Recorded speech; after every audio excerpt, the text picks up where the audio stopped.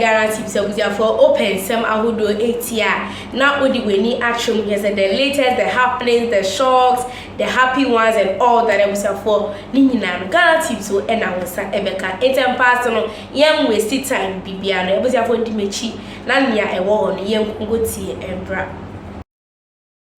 The recent Z9 helicopter crash has officially commenced its work.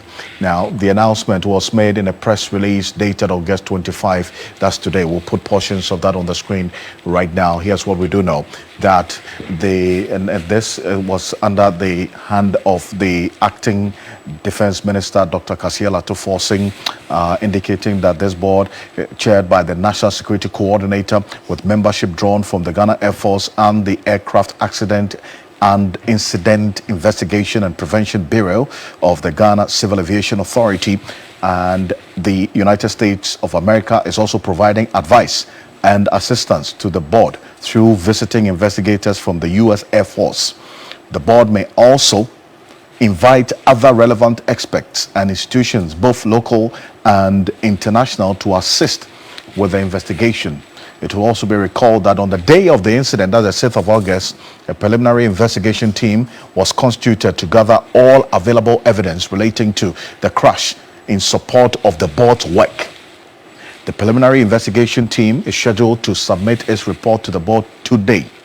So, all things being equal, it would not be wrong to believe that by this time, this preliminary investigation team have submitted their report already to the board. The investigation board has been mandated to complete their work within 30 days from today. 30 days from today, they're supposed to complete their work. That's according to this statement from Dr. Kasiela Tufor-Singh, the acting minister in charge of defense and the substantive finance minister of the Republic of Ghana. And this 30-day period, which has been stated in this press statement, is what has also generated some conversation. I recall earlier I spoke to Professor Kwesi Ejokum. He is a former Air Force pilot, the Ghana Air Force pilot. He is now an associate professor of aeronautics and an aircraft accident specialist. He had indicated that all things being equal, it would take about 1 year to, if he was also to be involved in any investigation of a sort, to have a full investigation completed about this crash. Let's recall that interview I had with him on Key Point. Take a look. They will look at, like I stated earlier, the physiological and psychological state of the crew. They will look at Ghana Air Force, our standards, our levels of compliance, and just make sure that they've assembled all this data, because we have organizational influence.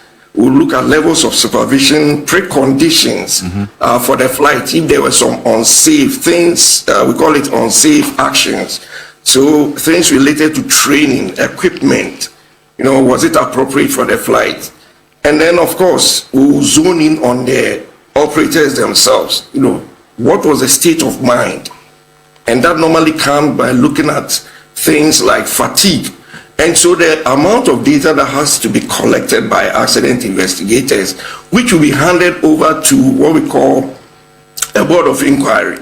And they will look at all the data, and based on that, the findings will determine the causal and contributory factors. I cannot make a prediction as to whether it will be done in 30 days or in 2 weeks or maybe in 4 months.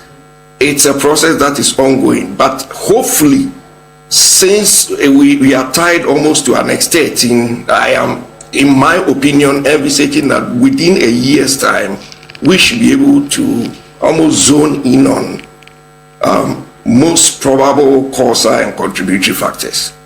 Within a year, all things being equal? All things being equal, crossing my hand, hopefully we should be able to get this wrapped up. I know everybody, we want answers now and now and now.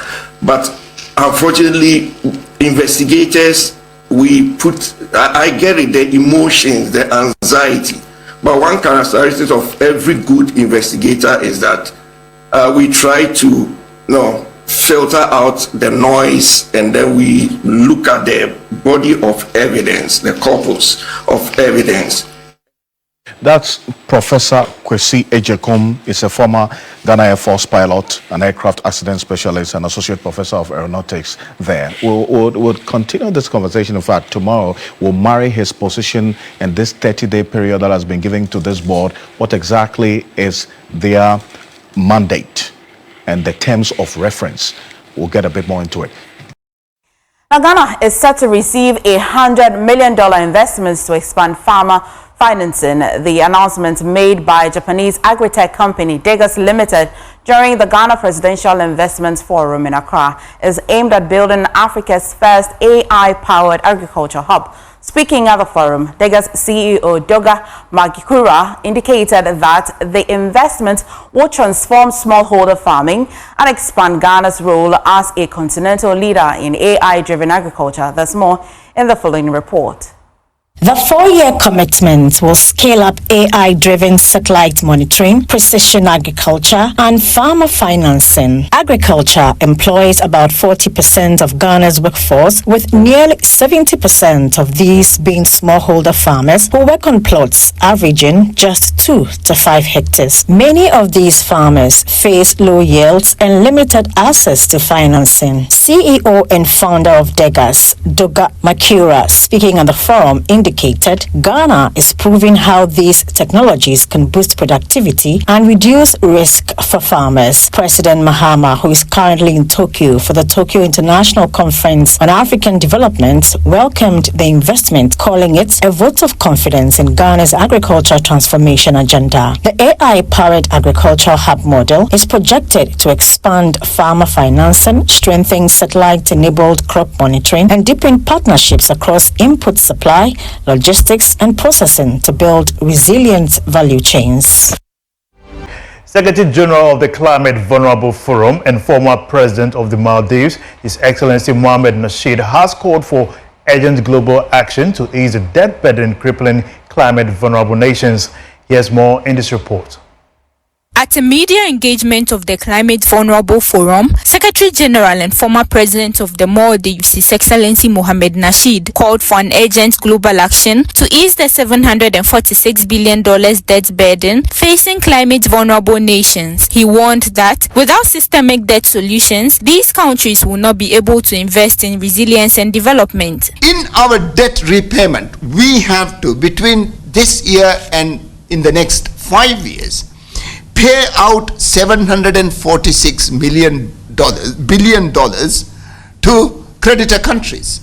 I was a woman, I was a pass and would image the cotier and send a buy. Now the comment in the Kimi, our comment section. I met pray, I can Nina Eddie Amo. I had a Ghana Tube for the story as usual. I was there for a crown.